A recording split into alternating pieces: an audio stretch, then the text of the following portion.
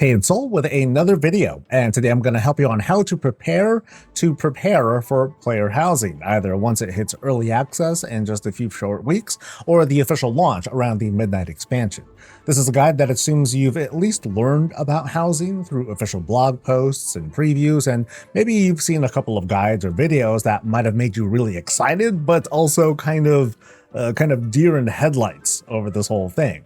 There's no shortage of help to prepare you for the craziness, from finding the different decor available to all the reps to grind and where to get all the materials for each profession to all the vendors to visit. And maybe you're not interested in everything all at once. Maybe you just want to get a handle of where to start. And that's what I hope to do for you in this video. Now, I might be projecting, but I think folks need at least a little bit of reassurance that they're not alone, feeling a little bit overwhelmed by everything that's coming. Housing is going to be like a personal journey, one that isn't the same as like the race to get to max level or to try to stay relevant so you can get into a group. So use navigation to get you where you want to go. Like this video, subscribe for more WoW coverage, and catch me where I'm live. Let's begin with estimating how you'll start off your housing experience, because each of us have had a different experience in our World of Warcraft career. When housing goes live, during your first login, you'll automatically unlock a bunch of decor or furniture based on the quests completed, achievements earned, and more. Finding new decor means gaining a bit of housing experience, which translates into these levels, which unlock perks that let you basically expand your house and place even more of this decor.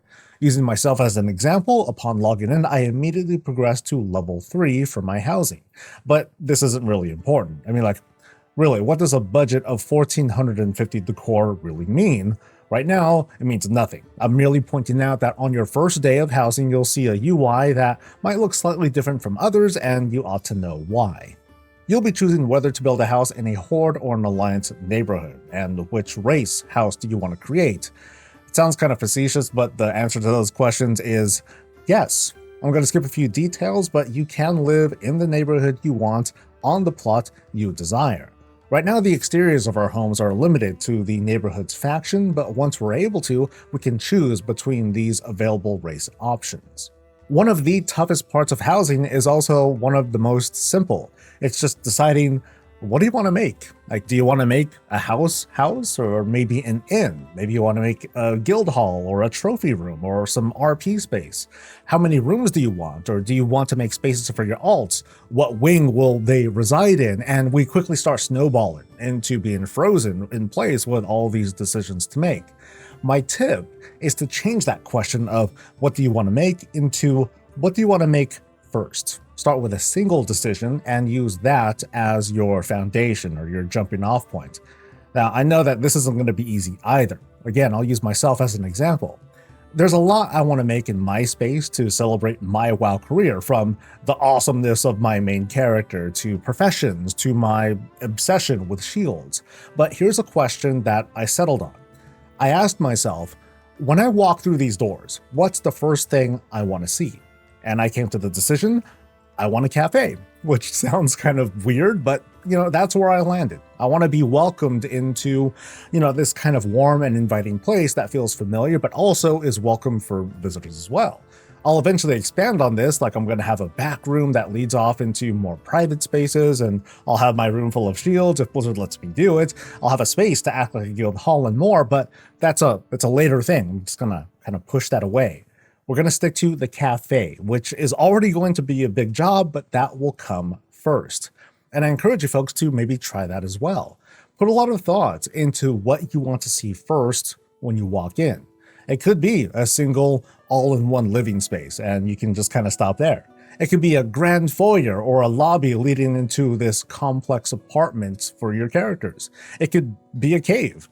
The same is not so easily said about the outside, because you lose a little bit of freedom there because you're already outside. That's a restriction. There's a big old honking house in the middle of the lot. But again, ask yourself what you want to do with this space first. Find the right question that's going to lead you there. So now you hopefully have an idea. Now let's help figure out just what kind of room layout we want to start with. I want to show you the WoW Database Housing Hub. A link to it is in the video description.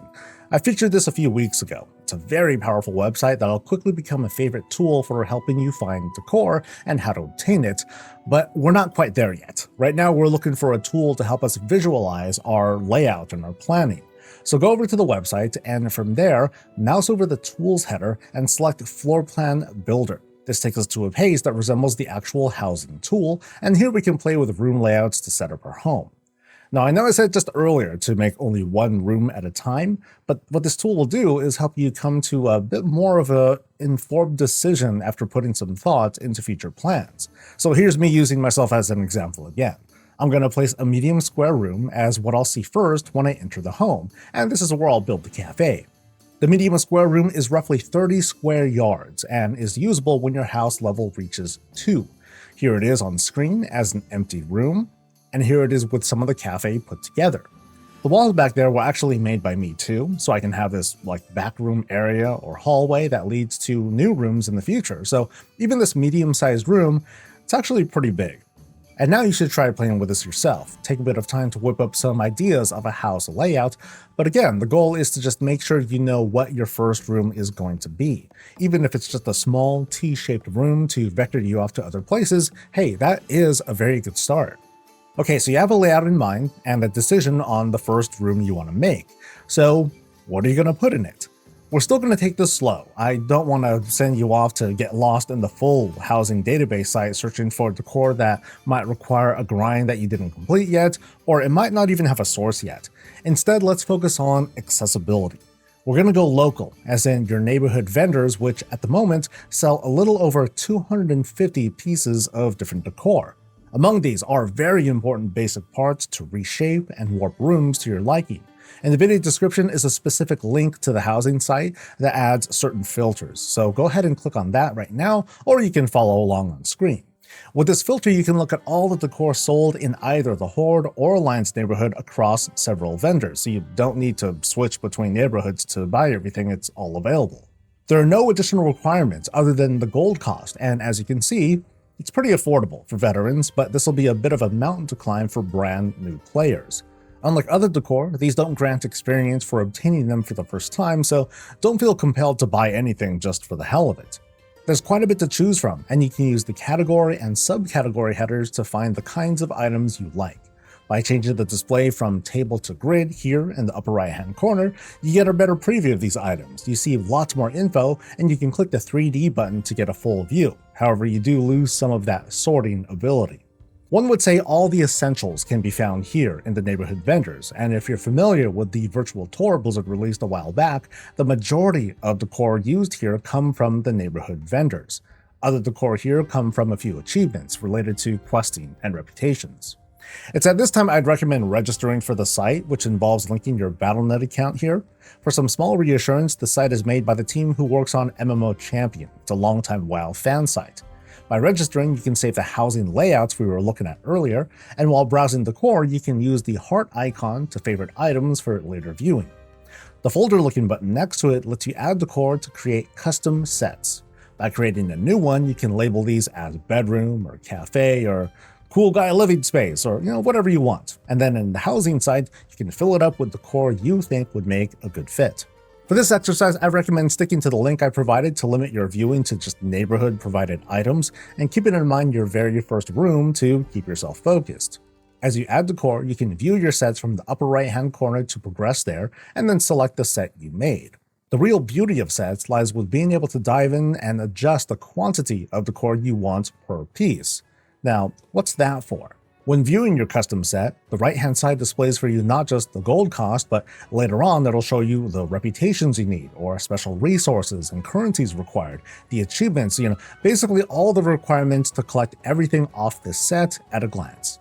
I wanted to introduce you into making sets first, but now let's use the Browse Decor section to discover what we'll have access to once housing goes live, which kind of needs some additional explanation. First, it's once again a really good idea to register with the site. No, I'm not sponsored or working for MMO Champion in case you're wondering, but by registering and linking your Battle.net, the site will know what achievements you've completed when you use the filters by achievement and then earned achievements. Now, I know I'm pushing my methodology here, but I think it's helpful to first get a good survey of what you already have access to before putting in some elbow grease. Something important to point out, navigating the filters will usually require you to clear out all the filters every time you're doing a new type of search. Keep that in mind in case you run into a situation where you suddenly see very few results for anything. Okay, let's venture outside of just neighborhood decor. This next part will require a bit of your own personal research. The site's filters are very powerful and can answer all your questions of which reputations and currencies give what at the speed of data mining on a weekly basis. Like, this place is updated all the time. What you want to do is survey all the reputations you've mostly maxed out, as well as how much of each in-game currency you have. With this information in hand, you can use the pull-down filters on the left-hand side to get a full view of all the currently supported reps and currencies. Now let's pretend that between your characters you have like a whole ton of order hall resources, okay? And we'll apply that filter. Again, we're just focusing on what we know we have access to first. Now, feel free to shop around, adding decor you like to your favorites or to your sets. Go through each of the different resource filters and then the reputation filters until you've added decor you're interested in, and then you can kind of step back and get a good measure of what's also immediately available to you once you get into housing. After this, you've exhausted pretty much all the preparing to prepare steps, and with this, you'll hopefully have a plan and a good idea of what's available locally and what you'll have easy access to day one. So now you're free to browse the site for whatever looks fancy. I do advise saving this into a separate set of later items to farm for if they're not intended for your first room, especially if they don't happen to have sources. I'm getting a little bit ahead of things, but once you do decide to start building, my advice, stick to the basic decorate mode for as long as possible once you start really putting things together. The tools are already pretty darn powerful, and even at a basic mode, it's going to take a little bit of getting used to. Basic housing, it's not unlike playing with virtual Legos. You just place and snap and fiddle with things. The finer details of advanced mode, like applying dyes and all that, I think that's a later problem. This concludes preparing to prepare, but let's recap. First, you want to decide where to build. This can always change later. Come up with the right questions to ask yourself when figuring out what you want to build first. Ultimately, put your time and focus into what your very first room is going to be. Start your window shopping with what's easily accessible around the neighborhood for some inspiration, and then rely on your account history and the database site to see what else you'll have access to early on in housing. It seems kind of simple. The challenge, though, is to stick to the plan and avoid overwhelming yourself with too many directions to go down once you're cutting yourself loose. And I hope this helps. Please like this video, subscribe for more WoW coverage, catch me live, and I'll catch you later. Stay safe, stay healthy, and stay breezy.